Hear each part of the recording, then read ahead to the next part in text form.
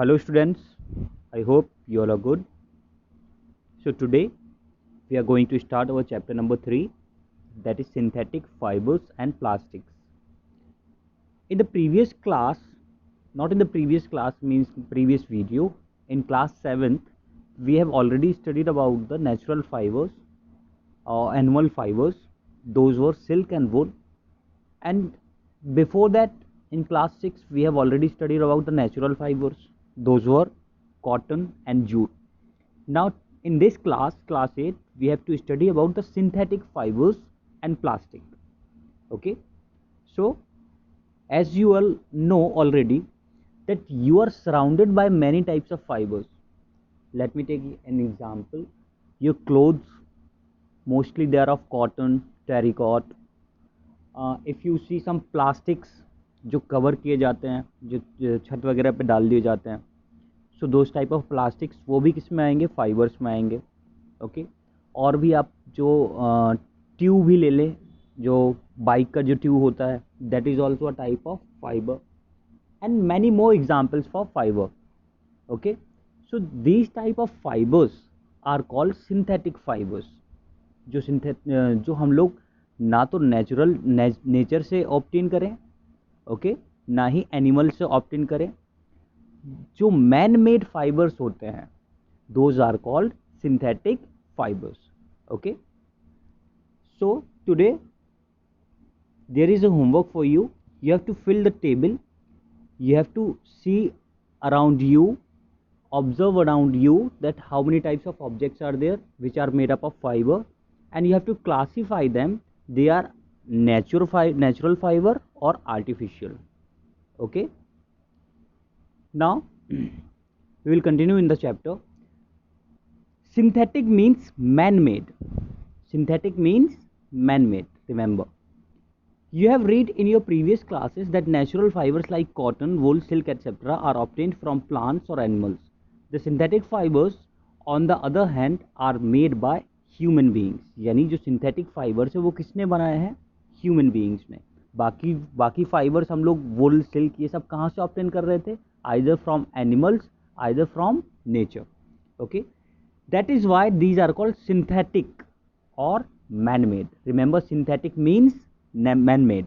Okay, so what are synthetic fibers? We can directly say these are called man-made fibers, either, or we can see what are those actually होते क्या हैं वो. ठीक है, जैसे आपको एक एग्जाम्पल से, जैसे कि यहाँ पर ये गिवन है, नेकलेस का एग्जाम्पल गिवन है और ये पेपर पिन का एग्जाम्पल गिवन है. इनको बेटा एक चेन में कर दिया हम लोगों ने. क्या किया, नेकलेस को धागे में हम लोगों ने मोतियों को पिरो दिया और वो क्या बना, एक नेकलेस बना. सिमिलरली इधर देखो, पेपर की जो ये पेपर बाइंडिंग होती है या पेपर पिन होती है, इनको हम लोगों ने एक साथ एक एक करके लगाते गए तो उनका भी क्या बन गया, एक चेन बन गया.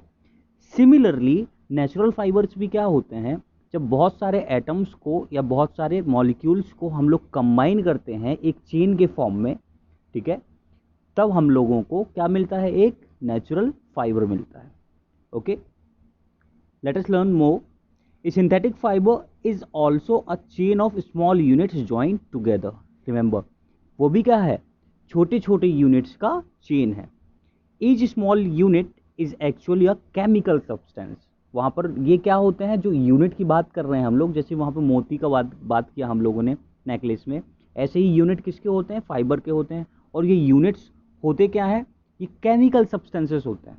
Okay, many such small units combine to form a large single unit called a polymer. जब ये बहुत सारे यूनिट्स जो हैं कंबाइन हो जाते हैं तो हम उसको क्या बोलेंगे, एक पॉलीमर. ओके, अब ये जो पॉलीमर जो है ये ग्रीक वर्ड है, ठीक है, जिसको हम लोग ऐसे डिफ्रेंशिएट कर सकते हैं. पॉली मीनिंग मैनी, पॉली का मतलब बहुत सारा, ठीक है, एंड मर मीनिंग पार्ट, यानी बहुत सारे पार्ट्स को जब एक साथ हम लोग रख देंगे, ठीक है, बहुत सारे यूनिट्स को एक साथ हम लोग रख देंगे in a chain type structure, then it is called a polymer. So a polymer is made of many repeating units. Okay, so in this chapter, this was the introduction of the chapter. Now let us see what are the topics that are going to be covered in the chapter. We will learn about the types of synthetic fibers, in which we are going to learn about rayon, nylon and polyester. Okay, polyester and acrylic. These are the types of fibers which we are going to learn in this class. Okay, next we will also learn about the characteristics of synthetic fibers. Okay, and about the plastics. Remember, we will also learn about the plastics, the types of plastics, कितने types के होते हैं. Okay, plastics as a material of choice, plastic is non reactive, इसके बारे में पढ़ेंगे.